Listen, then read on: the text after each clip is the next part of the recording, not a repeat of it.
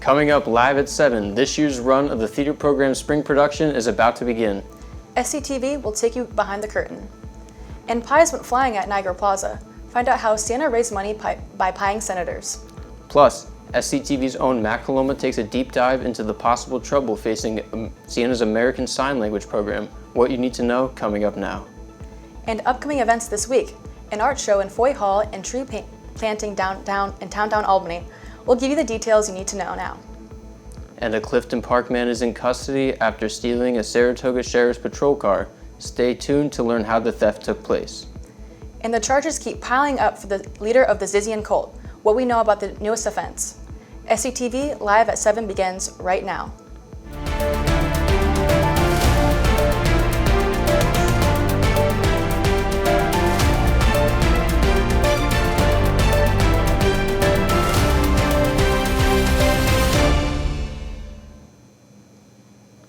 Good evening and thanks for joining us. I'm Jonathan O'Neill. And I'm Emily Keegan. The theater program's run of William Shakespeare's romantic comedy, Twelfth Night, is about to begin. Performances are set to start tomorrow at 8. Performances will continue through the weekend and into the following weekend, ending on April 12th. The students' rendition of the play has taken all semester to prepare for. SCTV visited the cast and crew yesterday at one of their final dress rehearsals before the opening performance. You should come see 12th Night because there is tons of sword fighting and dancing and songs and lots of fun to be had sitting in the audience as well as watching. Tickets for the show can be bought ahead of time, online, or day of at the box office inside of Foy Hall. During last Friday's free period, Siena Student Senate hosted the Pie Senator event at Niagara Plaza. Students were able to purchase pies and toppings for $1 to $4 and hurl them at senators of their choosing. All proceeds from this event went to benefit the ARC in Albany. SCTV spoke with Senator Milo Zlatev about what this event means to Siena. For me personally, it means a lot. I think that we can always support the community, especially people with disabilities, whether that's mental or physical. It's really important that we give back to the community as a Siena. The ARC is a charitable organization that protects the rights of people with intellectual and developmental disabilities. Check out the Student Senate's Instagram page to see even more pie content and to see how senators unable to attend the event participated. Last Thursday, Siena students took to the stage to battle it out for an opening spot at Siena Fest. SCTV's Donovan DuBois takes you behind the scenes and follows up with this year's winner, Daniela Gerbasi.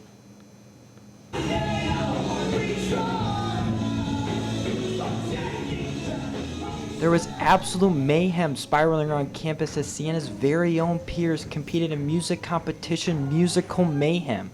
Several genres of music and various styles of performances took place in which displayed their performers' creativity, bringing the community together to witness some musical secrets they had in store. And I'm here outside the Saracen Student Union, where in hopes to come out on top, some of Siena's most talented singers/songwriters put in their best performances to earn not only the prestigious privilege to open at Siena Fest, but all the bragging rights one could fathom for the rest of the semester. America's future music stars lit up the SSU, competing to win a spot in Siena's biggest event of the year. There was such a display of pristine performances seen in the SSU tonight that Siena Saints are in disbelief that such star-studded students just happened to be walking around campus or sitting right next to them in class. I didn't even realize this many people were that good at singing. It was amazing. Congratulations to all the performers. They were amazing. I am so happy they all joined. Congratulations indeed to all who participated in this pursuit of melodic glory. But one contestant, Daniela Gerbasi, has blown Siena away this year and showed Siena why she deserves to be under the spotlight again. After she had heard the news, I found her while she was processing this profound honor, and here is what she had to say. I still don't believe it, because there's so many talented people. I just was here to perform. I was not expecting to win at all, so I'm very much shocked. As one could assume, this isn't the first time Daniela has picked up a mic, but music to her goes way beyond hitting the perfect notes in front of an audience. I've been singing since I was 9 years old. It has been the way I communicate, it's the way I share my life, my experiences. And although the fight for performance has come to an end, the mayhem is far from over because Daniela Gerbasi is set to open for Siena Fest next month. And although the musical guest who is set to headline for Siena Fest has yet to be revealed, Daniela is sure to fill the crowd. So Siena is in for a treat for all the hard work they put in this academic year. For SCTV, I'm Donovan Dubois. Back to you guys. Thanks, Donovan. The Student Nurse Association hosted their annual fashion show this past Saturday in the SSU to support those affected by Parkinson's disease. Students from various clubs and teams, including Education, Solid Step, Lost in Sound, Irish Dance Team, and the Cheer Team, joined together to walk down the runway and show off their future career attire or perform on stage. Fundraiser for Parkinson's disease, and SNA every year gets together and tries to do a little fundraiser. Last year they did one for Brandy. I try and help as much as I can with nursing, especially like events like these, like especially with these girls. They ask me to help out. Guests at the event were welcome to enjoy free catered food and to enter a few raffles to also raise awareness and money for those affected by Parkinson's. The American Red Cross will be hosting a blood drive here at Siena in the upcoming week. The drive will be held on April 10th from 11:30 to 5:30. Students will be able to stop by at the Mac Court 1 and donate their blood for those in need. You can sign up today by going to redcrossblood.org. The class of 2026 gathered in the SSU last night for a relaxing evening of painting and mocktails. Members of the class of 2026 received a number of painting options and had the opportunity to make some non-alcoholic drinks. Free food and gifts were available to those who attended.